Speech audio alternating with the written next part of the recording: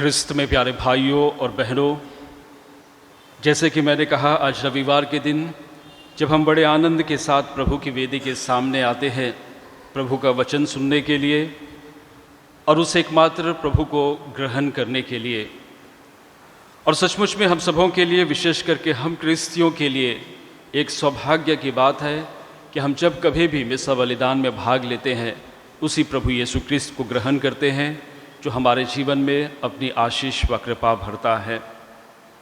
और आज विशेष रूप से वही प्रभु यीशु क्रिस्त जो हमेशा अपनी शक्ति, अपनी कृपाएं, अपनी आत्मा हमको प्रदान करता है, हमको याद दिलाता है, एक दूसरे को प्यार करो जैसे मैंने तुम्हें प्यार किया। एक दूसरे को प्यार करो जैसे मैंने तुम्हें प्यार किया। हम सब जानते हैं अपने जीवन में बचपन से या फिर पैदा होने के बाद से हम इस शब्द को सुनते हैं। हमेशा जब कभी भी, जहाँ कहीं भी हम जाते हैं, बहुत सारी जगहों में इस शब्द का प्रयोग किया जाता है, इस शब्द के मायने को जाना जाता है, समझा जाता है। हिंदी में भी देखेंगे तो बहुत सारे अन्य पर्यायवाची शब्द हैं इसके। कोई कहता है प्यार, कोई कहता है प्रेम, स्नेह, मोहब्बत, या ऐसे कई अन्य शब्द हैं जिसके द्वारा इस शब्द का अर्थ को समझाया जाता है। लेकिन हम क्रिस्तीय जीवन में देखते हैं कि किस प्रकार से ये जो शब्द है हमारे क्रिस्तीय जीवन का केंद्र बिंदु है। प्रेम हमारे क्रिस्तीय जीवन का केंद्र बिंदु है, प्यार हमारे क्रिस्तीय जीवन का केंद्र बिंदु है। अगर हम एक दूसरे से प्यार नहीं करते, खुद से प्यार नहीं करते, तो हम एक सच्चे क्रिस्तीय नहीं हो सकते। और इसीलिए हम देखते हैं संसार में भी इस शब्द का कितना महत्व है। बचपन से लेकर के जीवन के अंत तक हर घड़ी अगर आप छोटे बच्चों के मुंह से सुनोगे तो भी यही प्यार के शब्द सुनाई देंगे। कोई थोड़ा पागल हो उसके मुख से भी सुनेंगे, उनके होठों में भी क्या रहेगा? यही शब्द रहेगा, प्यार। कितने भी पढ़े लिखे हो या कितने भी गंवार हो, अनपढ़ हो, या कितने भी बुजुर्ग हो या कितने भी जवान लोग हो, हर एक के मुंह में इस शब्द, और ना जाने कितनी किताबें, ना जाने कितनी किताबें लिखी गई है सिर्फ इसी शब्द पर प्यार क्या है। ना जाने कितने सारे कवि, कितनी सारी कविताएं, कितने सारे आर्टिकल्स, कितने सारी फिल्में, कितने सारे गाने सिर्फ इसी शब्द पर बना गया। हमारे चारों ओर हम जहाँ रहते हैं हमारे कानों पर हमेशा गूंजती रहती है ये शब्द, प्यार, प्रेम। लेकिन अब तक सोच करके देखिए, यहाँ कितने सारे लोग, कोई बैठे होंगे 70-80 साल, कोई 40 साल, कोई 30 साल, कोई 10 साल, कोई 5 साल। क्या हमने सचमुच में समझा है कि प्यार क्या है या फिर प्रेम क्या है? और इसी चीज़ को हमेशा हम क्रिस्तियों के लिए, प्रभु यीशु क्रिस्त हमेशा हम क्रिस्तियों के, जब कभी भी हम वचन को सुनते हैं, जब कभी भी हम वचन को पढ़ते हैं, हमेशा हमको याद दिलाता है कि एक दूसरे को प्यार करो। और जैसे ही हम बपतिस्मा संस्कार लेते हैं, एक अच्छे क्रिस्ती की तरह जीवन बिताने की शुरुआत करते हैं, हमको यही सिखाया जाता है कि ईश्वर प्रेम है, ईश्वर प्रेम है। ईश्वर ने हमसे इतना प्यार किया कि उसने इकलौते बेटे को दे दिया। ईश्वर ने हमसे इतना प्यार किया, वो प्रभु यीशु क्रिस्त हमारे प्यार के खातिर अपने आप को क्रूस पर कुर्बान कर दिया। तरह तरह की बातें, तरह तरह के विश्वास की बातें हम अपने जीवन में बचपन से सुनते आ रहे हैं क्या, लेकिन हम सचमुच में समझते हैं प्यार क्या है? और बहुत सारे लोग प्यार के खातिर सब चीज़ करने के लिए तैयार हो जाते हैं। अब फिल्मों में देखते हैं या किताबों में पढ़ते हैं या अन्य सीरियल्स देखते हैं, प्यार के खातिर कुछ भी करने के लिए तैयार हो जाते हैं। जीवन में कुछ भी करने के लिए तैयार हो जाते हैं। यहाँ तक कि बड़े बड़े समझदार लोग, बुद्धिमान लोग, बड़े बड़े बिजनेसमैन लोग, जिनके पास सब चीज़ है जीवन में, रहने के लिए, खाने के लिए सब चीज़ है, लेकिन क्या करते हैं वे? कभी कभी किसी वेश्या से या किसी प्रोस्टिट्यूट से विवाह करते हैं। क्यों? क्योंकि उनसे प्यार हो जाता है। बहुत सारी महिलाएं, बहुत सारी लड़कियां प्रेग्नेंट हो जाती है। क्यों? पूछो तो उनको प्यार हो गया है। बहुत सारे हीरोज हम देखते हैं, बहुत सारे बड़े बड़े काम किए, बहुत सारे शहीद क्यों अपनी जान दे देते हैं? अपने देश के लिए या अन्य किसी अच्छे काम के लिए, क्योंकि उनको देश से प्रेम है, देश से प्यार है। लेकिन क्या हम सचमुच में इस प्यार का अर्थ को समझते हैं? क्या हम सचमुच में समझते हैं कि है क्या प्यार? और आज मैं चाहता हूँ, आप सबों से अनुरोध करता हूँ कि थोड़ी देर सचमुच में अपने आप को उस स्थिति में डालिए कि इतने दिनों से, इतने सालों से, बचपन से माँ से पूछो तो एक दूसरे को प्यार करना, एक दूसरे का सम्मान करना, गिरजा जाओ, पवित्र बाइबल पढ़ो, हर जगह प्यार प्यार प्यार प्यार के विषय में बतलाता है। लेकिन मैं कितना जानता हूँ या कितना समझता हूँ इस प्यार को? और इसीलिए प्रभु यीशु ख्रिस्त हमेशा अपने वचनों के द्वारा याद दिलाते हैं कि एक दूसरे को प्यार करो, अपने ईश्वर को प्यार करो, अपनी सारी शक्ति से, अपनी आत्मा से, सब कुछ से प्यार करो। लेकिन है क्या ये प्यार? है क्या ये प्यार? और आज वही प्रभु यीशु ख्रिस्त हम सबों को आमंत्रित करते हैं कि उस प्यार को समझने के लिए, जैसे मैंने कहा, बहुत सारे शब्दों का हम प्रयोग करते हैं, बहुत सारे पर्यायवाची शब्दों का हम प्रयोग करते हैं इस प्रेम को प्रकट करने के लिए, इस प्रेम को जानने के लिए। अगर हम नए व्यवस्थान में देखेंगे, नए व्यवस्थान में हम देखेंगे तो ग्रीक भाषा में बहुत सारे शब्दों का भी प्रयोग किया गया है, बहुत सारे शब्दों का भी प्रयोग किया गया है इस प्रेम को प्रकट करने के लिए, इस प्रेम का सही अर्थ निकालने के लिए। जिसमें से पहला शब्द है फिलिया, फिलिया या फिर कहेंगे फिलियो, जिसका अर्थ होता है एक ऐसा प्यार जो एक दो मित्रों के बीच में होता है, एक घनिष्ठ मित्रों के बीच में होता है, या फिर अपने भाइयों के बीच में होता है। एक ऐसा प्यार जो पूर्ण रूप से हमारी भावनाओं में छुपी होती है, हमारी भावनाओं से प्रकट होता है। हम कहते हैं ना, भावनाएं छुपी नहीं छुपती, कभी चेहरे पर खुशी बनकर छलकती है तो कभी आंखों पर आंसू बनकर टपकती है। ये भावनाएं कभी छुपी नहीं छुपती। कहने का अर्थ है, ये जो ग्रीक भाषा की शब्द है फिलिया, ये उसी भावनाओं को, इमोशंस को, हम जो महसूस करते हैं उसको प्रकट करती है, एक दूसरे के प्रति, अपने मित्र के प्रति, अपने घनिष्ठ मित्र के प्रति, अपने भाइयों के प्रति। और एक ऐसा प्यार है जो भावनाएं, कभी कभी आपने आपके खुद के जीवन में देखा होगा कि कोई आपके लिए बहुत अच्छा किया होगा जिसकी आप सोच भी नहीं सकते, और आपको सामने खड़े होकर के कुछ कहने का मौका मिलता है उसके बारे में, तो आपकी ज़ुबान लड़खड़ाती है। होता है कि नहीं? ऐसे होता है कि नहीं? आप कुछ बोलना चाहते हो बहुत अच्छा, लेकिन आपकी जुबान क्या करती है? लड़खड़ाती है, आप बोल नहीं पाते उस शब्द को। ये फिलिया, ये शब्द है वो। कभी कभी बोलते बोलते आपकी आंखों से क्या हो जाता है? क्या हो जाता है? क्या होता है? आंखों से क्या होता है? आंसू निकल जाते हैं बोलते बोलते। होता है कि नहीं होता है? ये शब्द है फिलिया। इसका अर्थ ऐसा प्रेम एक दूसरे के प्रति, ऐसा प्रेम एक दूसरे के प्रति, जिसे हम फिलिया कहते हैं, पहला शब्द। दूसरा शब्द जो ग्रीक भाषा में हम लोगों को बतलाया गया इस प्यार के विषय में, प्रेम के विषय में, वे कहते हैं इरोस। इरोस एक ऐसा प्यार है जैसे रोमांटिक प्यार कहेंगे या रोमांस कहेंगे, पति पत्नी के बीच में, या फिर एक लड़के के बीच में, कि किस प्रकार से वे एक दूसरे के पास आना चाहते हैं, एक दूसरे को और अधिक जानना चाहते हैं, एक दूसरे के लिए अपने आप को निछावर करना चाहते हैं। और तीसरी सबसे महत्वपूर्ण शब्द है स्टोरेज। स्टोरेज एक ऐसा प्रेम है जहाँ पर क्या करेंगे, हम कहेंगे पारिवारिक प्रेम होता है, जहाँ पर माँ बाप के अपने बच्चों के लिए, भाई बहनों के लिए एक ऐसा प्रेम है जहाँ पर हम लोग क्या करते हैं, एक रिश्ता दिखाते हैं। और हम ये कह सकते हैं एक ऐसा प्रेम है जो एक दूसरे की रक्षा करता है। बहुत सारे लोग होते हैं, जैसे भाई बहन हम लोग कहते हैं रक्षा करते हैं, माता पिता अपने बच्चों की रक्षा करते हैं। एक ऐसा प्रेम जहाँ पर ऐसा प्रेम अपने अंदर से आता है कि हम एक दूसरे की रक्षा करने के लिए कुछ भी तय करने के लिए तैयार हो जाते हैं। और चौथा सबसे महत्वपूर्ण इन तीनों से भी अगापे। और ये अगापे शब्द है जिसका अर्थ होता है अनकंडीशनल लव। मतलब जिसका, जब हम प्यार करते हैं किसी को, कोई कंडीशन नहीं रखते कि तुम मेरे पास ही रहना, या मैं जो बोलूँगा वही करना, या मैं तुमसे प्यार करूँगा तो जो मैं बोलूँगा वही करना, जो मुझे अच्छा लगता वही बोलना, जो मुझे अच्छा लगता नहीं बोल, कोई कंडीशन नहीं। एक ऐसा प्यार है जो त्याग करता है। और इसी प्यार को पूरे नए व्यवस्थान में अगर हम देखेंगे, तो हम पाएंगे कि किस प्रकार से ये प्यार ईश्वर हमको समझाना चाहता है कि ईश्वर ने हम सबों को प्यार किया, अपने आप को कुर्बान कर दिया, और एक ऐसा प्यार किया ईश्वर ने, वचन साफ तरीके से कहता है और आज हमने पाठ में भी सुना, ईश्वर ने संसार से इतना प्यार किया कि उसने अपने एकलौते पुत्र को हमें दे दिया। कहने का अर्थ है कोई भी कंडीशन नहीं, सिर्फ त्याग की भावना, त्याग की भावना।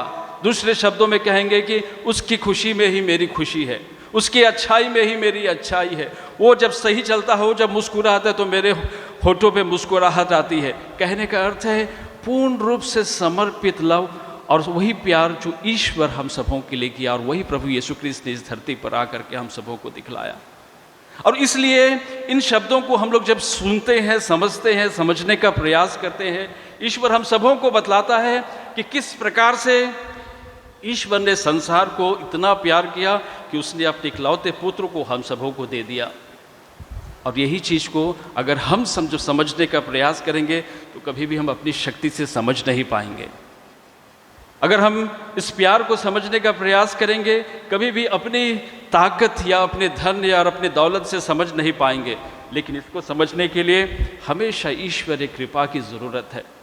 और इसी चीज़ को संत पौलुस बड़े अच्छे तरीके से हम सबों को समझाते हैं। इसीलिए मैंने कहा ध्यान से सुनिए वचन को कि आखिर ये प्यार है क्या। हम इतने दिनों से सुनते हैं, बचपन से लेकर के अंत तक, जीवन में मेरे ख्याल से बहुत सारे लोग यही शब्द सुन सुनकर उस कब्रिस्तान की ओर आगे बढ़ते हैं, लेकिन अंत तक बहुत कोई समझ नहीं पाता कि सही में ईश्वरीय प्यार है क्या। और इसी चीज़ को संत पौलुस कुरिन्थियों के नाम अपने पहले पत्र में अध्याय 13 पद संख्या 4 से 8 में हम सबों को बतलाते हैं कि प्यार क्या है। और इसीलिए संत पौलुस कहते हैं प्रेम सहनशील और दयालु है, प्रेम ना तो ईर्ष्या करता है और ना ही घमंड करता है। अब जरा सोच के देखिए, ये प्रेम जो हमेशा सहनशील है। अगर आप कहते हो कि आप प्यार करते हो किसी को और आप उसको सहन नहीं कर सकते, आप कहते हो कि आप प्यार करते हो लेकिन उसके प्रति दया नहीं दिखा सकते हो, तो नहीं, आप प्यार नहीं करते हो। प्रेम अशोभनीय व्यवहार नहीं करता, वह अपना स्वार्थ नहीं खोजता। प्रेम ना तो झुझलाता है और ना बुराई की लेखा रखता है। वह दूसरों की पाप से नहीं बल्कि उनके सदाचरण से प्रसन्न होता है। वो दूसरों की गलतियों को याद नहीं रखता, लेखा नहीं रखता उनके पापों की कि क्या गलती करता है, क्या नहीं करता है। और सबसे पहले चीज़, प्रेम सहनशील होता है। और इसीलिए हमेशा हमेशा हमेशा हमेशा हमेशा सहनशील बनिए, धैर्य बनिए। अगर एक परिवार जब तक नहीं चलेगा, जब तक आप एक दूसरे को सहन नहीं करेंगे, जब तक आप एक दूसरे को स्वीकार नहीं करेंगे, ये प्रेम है जो हमें आशा दिलाता है। ये प्रेम है जो हम लोगों को परिपूर्ण बनाता है जब हम अपरिपूर्ण है। क्योंकि जब हम एक दूसरे को स्वीकार करेंगे, और हमेशा अगर आप देखिए एक परिवार का निर्माण होता है, एक परिवार बनता है, पति पत्नी, दो अलग सोच के लोग, दो अलग अलग टेस्ट है उनकी, अलग अलग बातें हैं, अलग अलग सोच है, अलग अलग तरीका है। जब वो रहने लगता है, अगर आप एक दूसरे को सहन नहीं करेंगे, स्वीकार नहीं करेंगे, तो आगे कैसे बढ़ेंगे। और इसीलिए संत पौलुस बड़े अच्छे तरीके से कहता है कि प्रेम ये है। अगर आप देखना चाहते हो कि आप किसी से सच्चा प्यार करते हो, अगर आप किसी से सच्चा प्रेम करते हो, तो याद रखें कि आपको सहनशील बनना होगा, आपको दयालु बनना होगा, आपको ईर्ष्या नहीं करना होगा, आपको डींग नहीं मारना पड़ेगा, बड़ी बड़ी बातें नहीं करना पड़ेगा कि मैंने उसके लिए ये किया, मैंने उसके लिए वो किया। नहीं। बहुत सारे लोग प्यार करते हैं और बाद में बतलाते हैं कि देखो मैं उसको प्यार करता हूँ, मैंने उसके लिए क्या नहीं किया। नहीं, वो प्रेम नहीं था। वह स्वार्थ को नहीं देखता, वह हमेशा दूसरों के प्रति, जिसको आप प्यार करते हो उसके प्रति हमेशा उसके लिए आगे बढ़ता है। और इसीलिए आज प्रभु यीशु ख्रिस्त आज हम सबों को आमंत्रित करते हैं कि इस चीज़ को समझिए, इस चीज़ पर विचार कीजिए, मनन चिंतन कीजिए कि क्या है सचमुच पे प्यार। और अंत में आप सबों को बतलाना चाहूँगा, ईश्वर ने संसार से इतना प्यार किया। कैसे प्यार करना है, कैसे अपने जीवन को आगे बढ़ाना है, कैसे हम लोगों को प्रभु यीशु क्रिस्त की राह पर आगे बढ़ना है, खुद प्रभु यीशु क्रिस्त ने हम सबों को सिखलाया है इस धरती पर रहते हुए। और इसीलिए हम पवित्र बाइबल में पढ़ते हैं शुरू से लेकर के अंत तक उत्पत्ति ग्रंथ से लेकर के प्रकाशना ग्रंथ तक कि कैसे ईश्वर ने संसार की सृष्टि की बड़े प्रेम से। लेकिन जब उसने देखा पूरे संसार में पाप भरता जा रहा है, वो नाराज हो गए। वो पूरी दुनिया को नष्ट कर देना चाहते हैं और सिर्फ नूह के परिवार को बचाते हैं, नूह के परिवार को बचाते हैं। फिर उसके बाद हम आगे बढ़ते हैं, सुनते हैं, पढ़ते हैं कैसे ईश्वर ने मिस्रियों को, कैसे ईश्वर ने इस्राएलियों को मिस्रियों के गुलामी से बचाया, कैसे उसने सब चीज़ दिया उनको खाने के लिए, खाना पीने के लिए पानी। उस मरुभूमि में वो लोग तड़प रहे थे, सब चीज़ उनको प्रदान किया। फिर भी वे लोग ईश्वर के विरुद्ध कुड़कुड़ाने लगे, ईश्वर के विरुद्ध जाने लगे, ईश्वर को छोड़ करके अन्य देवी देवताओं की पूजा करने लगे। फिर भी उनका ईश्वर साथ नहीं छोड़ता है, क्योंकि ईश्वर उनसे प्यार करता है। ईश्वर ने सृष्टि से प्यार किया था। इसलिए सबसे पहली चीज़ जो मैं आप लोगों को शिक्षा देना चाहता हूँ, जो सच में प्यार करता है ना, वो कभी उसका साथ नहीं छोड़ता। आप अगर अपने बच्चों से प्यार करते हैं, कैसा भी आपका बच्चा, कितना भी बुरा क्यों ना हो, कैसा भी हो, कुछ भी हो, कभी साथ मत छोड़िए, कभी भी साथ मत छोड़िए। जब ईश्वर हम मनुष्य इतने पाप में पड़ गए, इतनी सारी सुंदर सृष्टि को नष्ट किया था, करते हैं आज भी अपने पापों के कारण। हमें हर तरीके से हर चीज प्रदान करता है। वही ईश्वर हमको सिखाता है कि कभी भी उसने अपने इजरायली प्रजा के साथ नहीं छोड़ा, अपने लोगों का, अपने सृष्टि का साथ नहीं छोड़ा। आप भी कभी अपने जीवन में विशेष रूप से अपने बच्चों का साथ नहीं छोड़े। हो सकता है आज ये परिस्थिति है, हो सकता है किस दौड़ से वो गुजर रहा है, हो सकता है खुद ना सिर्फ बच्चों का, ना अपने पति का, ना अपने पत्नी का, कभी साथ मत छोड़िए। प्रभु यीशु ख्रिस्त ने भी कभी साथ नहीं छोड़ा। हमेशा लोग उसके विषय में कितना बुरा बोलते थे कि ये शैतान की सहायता से, शैतान की शक्ति से लोगों को चंगा करता है। आज रोटी खिलाया, कल बहरों को कान दिया सुनने के लिए, अंधों को आंखें दी। लोग उसको पहाड़ से ढकेल करके मार देना चाहते थे, लेकिन प्रभु यीशु ख्रिस्त ने कभी साथ नहीं छोड़ा। वैसे ही ईश्वर ने भी कभी साथ नहीं छोड़ा। और साथ नहीं छोड़ा सिर्फ पुराने व्यवस्थान में उतना ही नहीं, अगर हम नए व्यवस्थान में देखेंगे, जैसे मैंने कहा कि उसने हम सबों को बचाने के लिए इतना प्यार किया कि हम सबों को बचाने के लिए जिस बेटे को भी वो बहुत प्यार करता था, अपने इकलौते बेटे को इस संसार में भेजा ताकि हम बच सके, हम एक अच्छा जीवन जी सके, पाप के बंधनों से छूट करके एक अच्छा जीवन जी सके। और वही प्रभु यीशु ख्रिस्त इस धरती पर आकर के हम सबों को सिखलाया कि कैसे प्यार करना है। प्रभु यीशु ख्रिस्त कैसे प्यार करना है हम लोगों को सिखलाया। इसीलिए पहली चीज, कभी साथ नहीं छोड़ना चाहिए। और दूसरी सबसे महत्वपूर्ण चीज है कि हमेशा हमेशा, चाहे क्या बच्चे हो, क्या बड़े हो, क्या बुजुर्ग हो, हमेशा अपने दिल में यह एहसास कीजिए कि मेरा पिता या मेरी माँ या फिर मेरा परिवार मुझे ईश्वर ने दिया है। अब देखिए, प्रभु यीशु ख्रिस्त के जीवन में अगर आप विश्वास करते हैं कि प्रभु यीशु ख्रिस्त सिर्फ एक ईश्वर है, तो आप लोगों का विश्वास गलत है। अगर आप विश्वास करते हैं कि सिर्फ प्रभु यीशु ख्रिस्त एक सच्चा मानव है, तो भी आप लोगों का विश्वास गलत है। लेकिन हमारा विश्वास, कलीसिया का विश्वास है कि प्रभु यीशु ख्रिस्त एक सच्चा ईश्वर और एक सच्चा मानव है। और एक सच्चा मानव होने के नाते प्रभु यीशु ख्रिस्त के जीवन पर जब वो बपतिस्मा लेकर के बाहर आता है, स्वर्ग की ओर से ये आवाज आती है कि यह मेरा प्रिय पुत्र है, मैं इस पर अत्यंत प्रसन्न हूँ। प्रभु यीशु ख्रिस्त के दिव्य जीवन में, प्रभु यीशु ख्रिस्त के हर एक चीज में ये बातें छप गई थी। वो एहसास हो चुका था मानव होने के नाते कि मेरा पिता मुझसे कितना प्यार करता है, कितना प्यार करता है। और मैं शायद यही सोचता हूँ कि अपने जीवन काल में ये सारी परिस्थितियाँ, कठिनाइयाँ, दर्द, तकलीफ़ें, क्रूस की मौत, तरह तरह की चीज़ें उसने सही, सिर्फ उसके मन में यही गूंजता था कि मेरा पिता मुझसे प्यार करता है। और इसीलिए मैं दूसरा संदेश जो आप लोगों को देने जा रहा हूँ वह ये संदेश है कि अपने बच्चों में ये एहसास कराइए, अपने पति को ये एहसास कराइए, अपनी पत्नी को आप ये एहसास कराइए कि वो आपसे कितना प्यार करता है। एहसास कराइए। प्रभु यीशु ख्रिस्त अपने जीवन में अगर सफल हुए, उस महिमा तक पहुंचे एक सच्चे मानव होने के नाते, क्योंकि उसको एहसास था उसको कि सब कोई मेरा साथ छोड़ देंगे, लेकिन मेरा पिता मेरा साथ नहीं छोड़ेगा। और उसके लिए वो कुछ भी कर गुजरने के लिए तैयार था, कुछ भी उठाने के लिए तैयार था, कैसी भी मौत मरने के लिए तैयार था। लेकिन एक सच्चे मानव होने के नाते अंत में हम जानते हैं कैसे उसको दिखाई देता है, कैसे वो सोचता है कि कल कैसे लोग मुझे पकड़ करके ले जाएंगे, कैसे सैनिक मुझको मारेंगे, मेरी माँ खड़ी रहेगी, वे लोग खड़े रहेंगे जिसके लिए मैंने बड़े बड़े चमत्कार किया, सब देखेंगे। और वह अपने जीवन में क्या करता है, डर जाता है और वह गेत्सेमानी बारी में जा कर के घुटने के बल गिर पड़ता है और एक मानव, सच्चे मानव होने के नाते प्रार्थना करता है, हो सके तो यह प्याला मेरे सामने से हटा दे।